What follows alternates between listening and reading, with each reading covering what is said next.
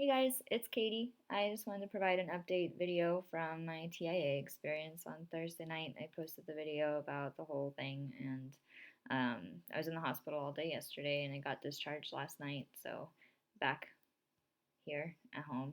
And so I wanted to wanted to take an opportunity to provide you guys an update and kind of more information about how everything went down.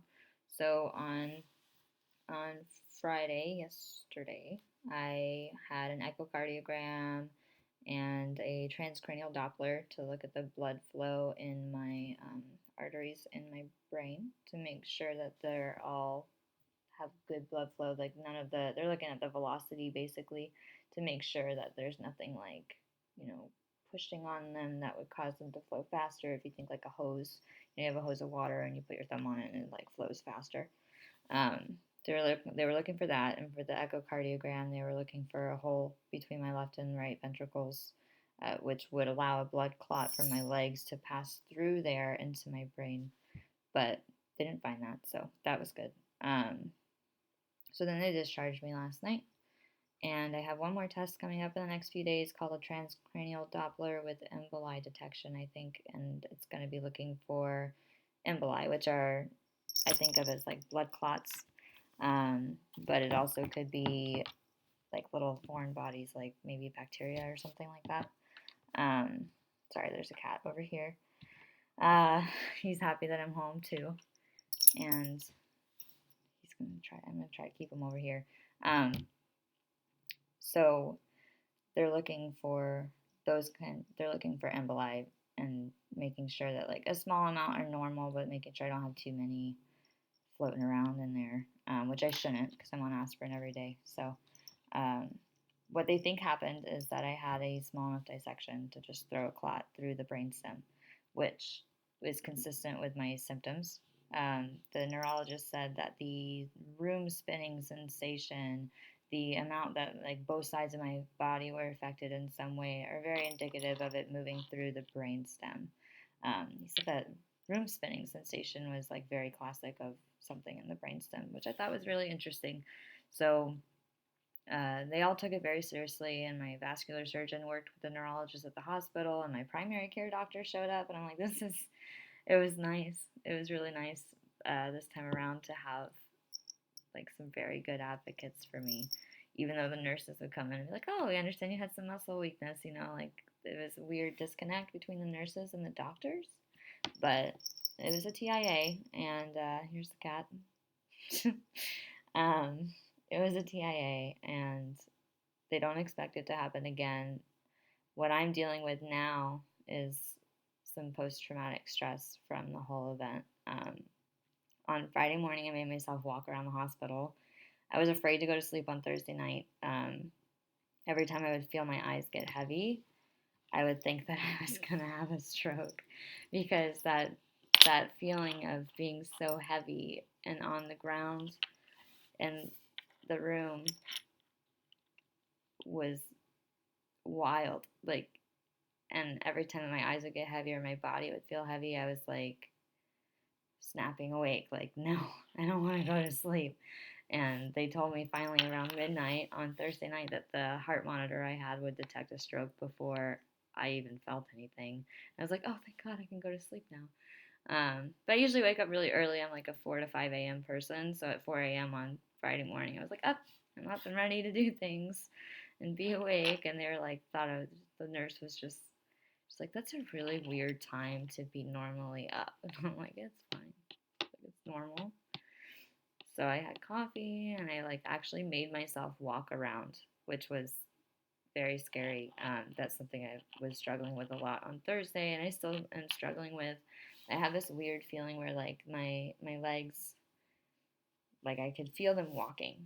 Like I feel them walking, and I can feel my feet on the ground, but it almost feels like I'm floating or like not really doing the movement. Like it's just a weird disconnect feeling, and I know a lot of that is stress too.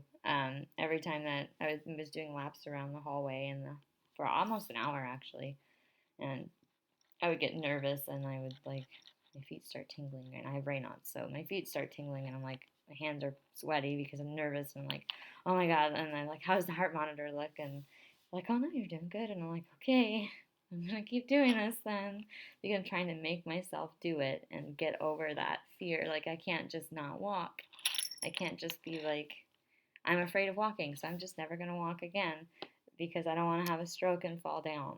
And that's really what it is. I think what happened with that is that feeling of I was fine and then I was on the ground. It was very traumatic and it was scary. So um, I spent an hour on Friday morning just making myself walk. And I'm still struggling with that separated feeling, but I'm feeling more comfortable with walking now. What I wasn't prepared for mentally was when I came home last night, seeing my apartment.